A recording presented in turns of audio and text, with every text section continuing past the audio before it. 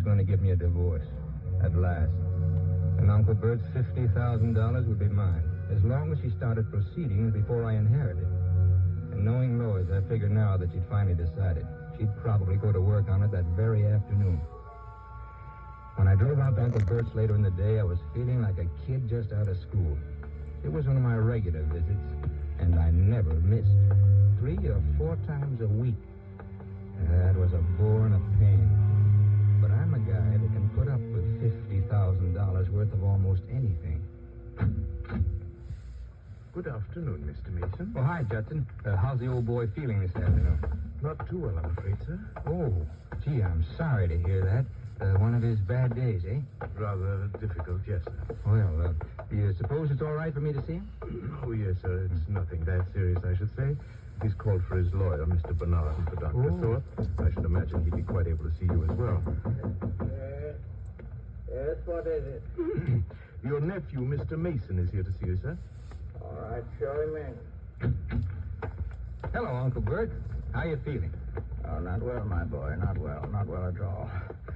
Oh, go on, Judson. Close the door. Go about your business. Yes, sir.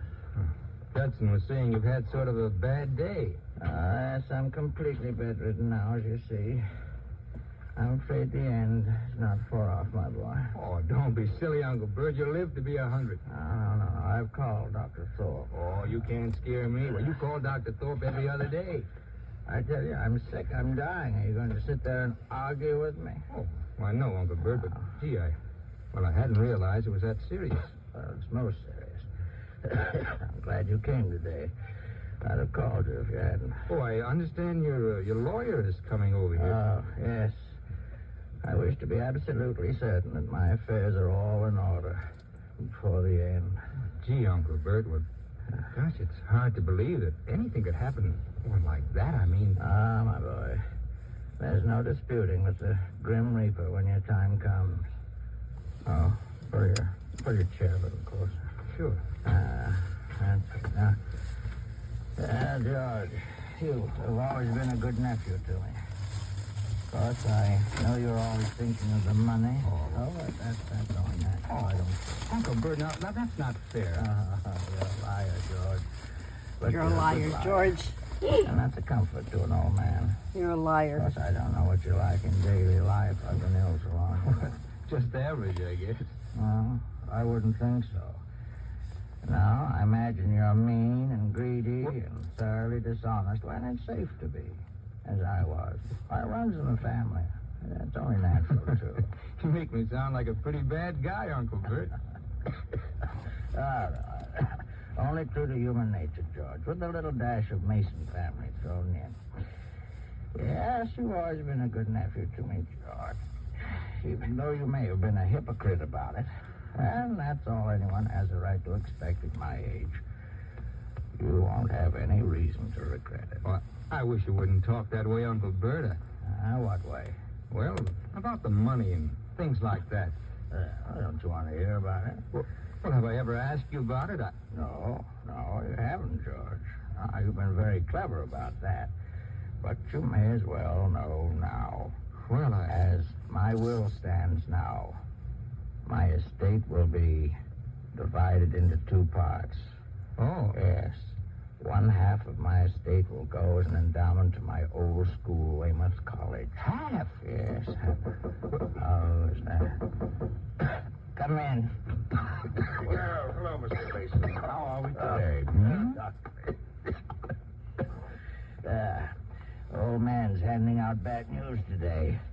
Now, in your case, I'm afraid you're about to lose a steady source of income, Doctor. Meaning... Meaning me. Yes, I'm afraid you're going to have to find some other victim to pay your office rent very soon now. Well...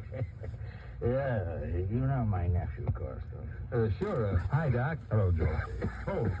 Oh, by the way, George, here's a prescription your wife asked me to write out for her. You might have it filled on your way home if you have the time. Sure, thanks.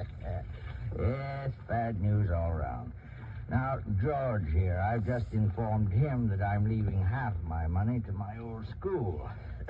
He looks mighty disappointed, doesn't he? Oh, now, Uncle Bert, well, it's your money. Why should I be sore? Now, the pulse, please, Mr. Mason. Yeah. Thank you. Of course, I haven't told him all of it yet. You want to hear the rest, George, huh? Well, whatever you say, Uncle Bert. Really, Mr. Mason, you shouldn't be talking too much. Your condition's not as good today as it might be. Oh, I know that. But as I was saying, what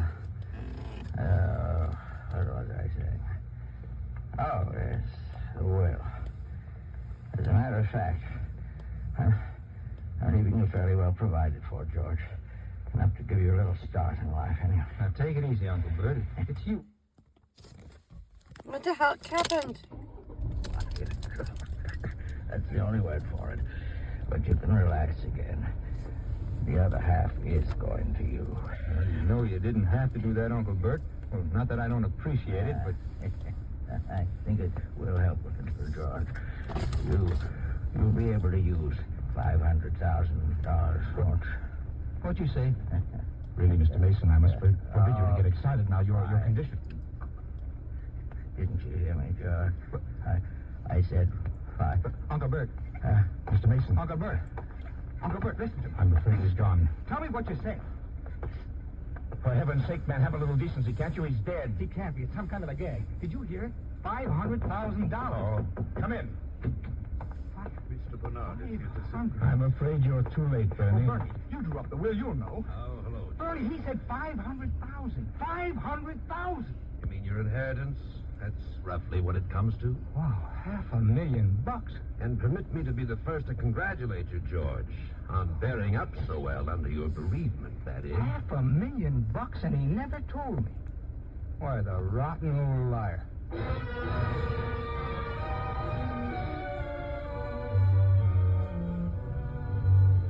I left the house in a daze.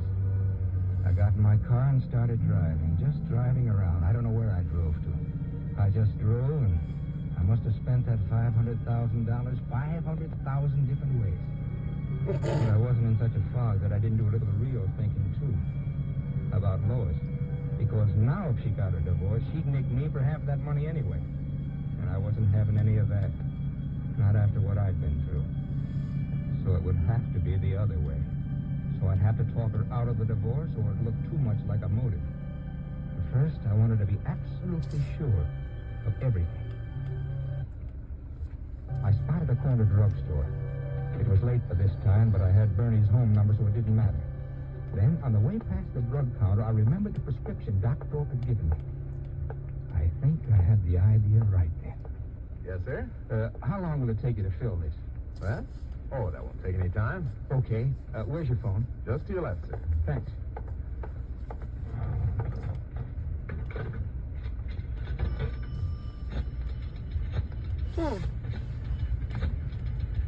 Wonder what he's thinking. Sorry. I'm having way too much fun listening to this, you can tell. Hello? Bernie? Yes. George Mason. Why, hello, George. I'm afraid you can't have the money tonight, old boy, but come in first thing tomorrow. Great kidder, aren't you? Listen, Bernie, I wanted to ask you something. Anything you ask will be charged against you from now on, George. No, seriously, though, I met a friend of mine today, a Texas oil man, but he married out here, and, well, he's having a little trouble with his wife. Send him around. I'll give him a discount. Well, maybe I'll do that, but all he wants now is free advice. You see, he's worried about this community property law. Well, it seems he came into quite a hunk of dough out here lately, and... Coincidence department, huh? Not exactly. This was, a deal, real estate. Well, he wants to know if there's any way he can keep his wife from cutting in on it. Oh, a heel, huh? That's right. Not a chance, my boy. Any property accumulated in the normal course of affairs after the marriage is community property. That's the law. Yeah, that's what he was afraid of. Now, listen, though, George. You want to know something cute? It has nothing to do with your friend. Well, I gotta go, Bernie. I'm late. I'll call you tomorrow. But I'm trying to tell you Well, something. save it till tomorrow, huh? Good night, Bernie. Trying to tell you something, you don't want to hear it. I was in no mood to listen to bright sayings. I have too You much should have else heard to him, do. because he probably had something At the good to drug say. counter, I picked up the prescription. It was what I thought it was. Sedative, it said. I'm a She'd been commentator, what taking can I stuff say? to make her sleep Sorry. for quite a while now. At the next corner, I bought her the biggest box of candy I could find. Then I went home to kill her. Oh, my God. Lois? That you, George? Yeah. You going to bed? Yes. You're late. Yeah, Well, I'll tell you about it. You don't need to. It's nothing unusual. I know it isn't, Lois, and... Well, that's what I want to talk to you about. Oh, here's something I picked up for you. What's this for? Nothing. I just thought you might like it. You must have wrecked the car or something. No, but... Well, I've been doing a lot of thinking today, Lois. So have I. Well, you haven't done anything about that yet, have you? I mean, the divorce. Not yet. I know you're in a big hurry, but tomorrow will be time enough, won't it? Oh, now listen, Lois. Like I said, I've been doing a lot of thinking today. Well, it was quite a shock when you said that this morning. When I said it. Well, when it came up that way. Gosh, I got to thinking. Well, I've been pretty rotten to you these last few months. And, well, I don't know why, but I have, and I know it. You haven't been exactly the ideal companion, George. Well, it's as though something was driving me, making me do things and say things that I didn't mean and I didn't want to, and I couldn't help myself. Gosh, I don't know what it's been. Worry, trying to scrape along with everything going sky high and running into debt and thinking about the old man's money. I don't know what it's been, but I know it's been awful. For me, too. And I know it's been 10 times as bad for you. I know, George, but everybody has those kinds of worries nowadays. I know, and, well, they don't take it out on somebody else the way I have, but when you talked about divorce, well, it made me realize... I love you, Lois. I don't know how I could ever get along without you. Do you really mean that, George? I never meant anything more in my life. Just give me another chance, Lois. I'll do anything. I'll go to a psychiatrist or something. I know it's been my fault, but I can change. If you will help me, I can change overnight. It'll be the way it used to be, huh? Oh, George. Oh, now, darling, I know I've been a terrible heel. I knew it wasn't really you. It hasn't been all your fault either. I've been sullen and nasty. But I had to do something just in self-defense, just to keep from going crazy. Because I love you so. Now, there, baby. It's going to be different now. I've learned my lesson, honest. George. And he's going to kill her. If we try, if we both just try. We used to be happy. We're going to be happy again, too. You see, happier than ever. No.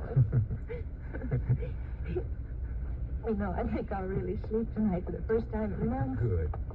I've been so nervous lately, I've just been a wreck. Oh, say, that reminds me. I ran into Doc Thorpe today, and he gave me a prescription for it. I had it filled on the way home. Here.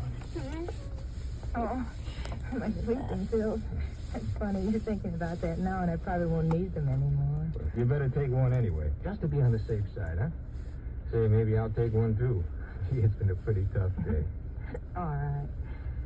I guess tonight maybe I'm almost too happy to sleep. Would you warm up a little milk for me, darling?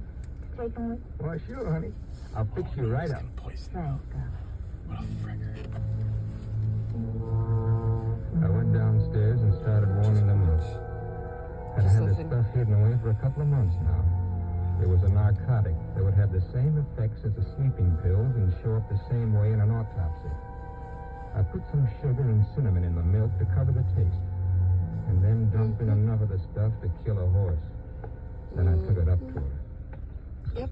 Thanks, darling. Yeah. Oh. That's nice. What'd you put in it? Oh, just sweeten it up a little. Sweet still sweet. Oh, here's your pill. Thank you. Oh. It tastes a little funny. Oh. It's nice, but it's kind of funny. Oh, gosh, maybe I got the milk a little too hot, huh? It always tastes funny when it's boiled. Maybe. So drink it all now. That's a good girl. There. That's the ticket. Feeling sleepy? All of a sudden. Well, now you lie down and let me tuck you in and you get a good sleep. And tomorrow, we'll start all over again. Oh, yes. A new life. That's right. Tomorrow, there'll be a brand new life.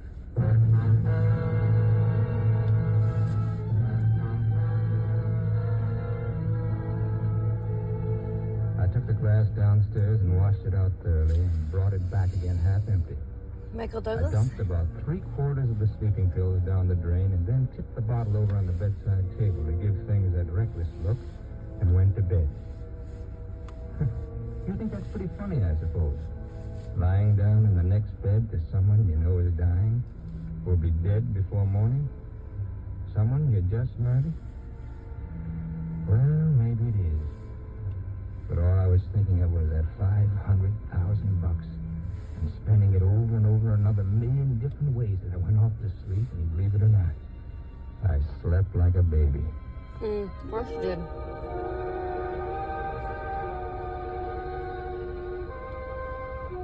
I woke up early, feeling great, not knowing why for a minute, and then I remembered.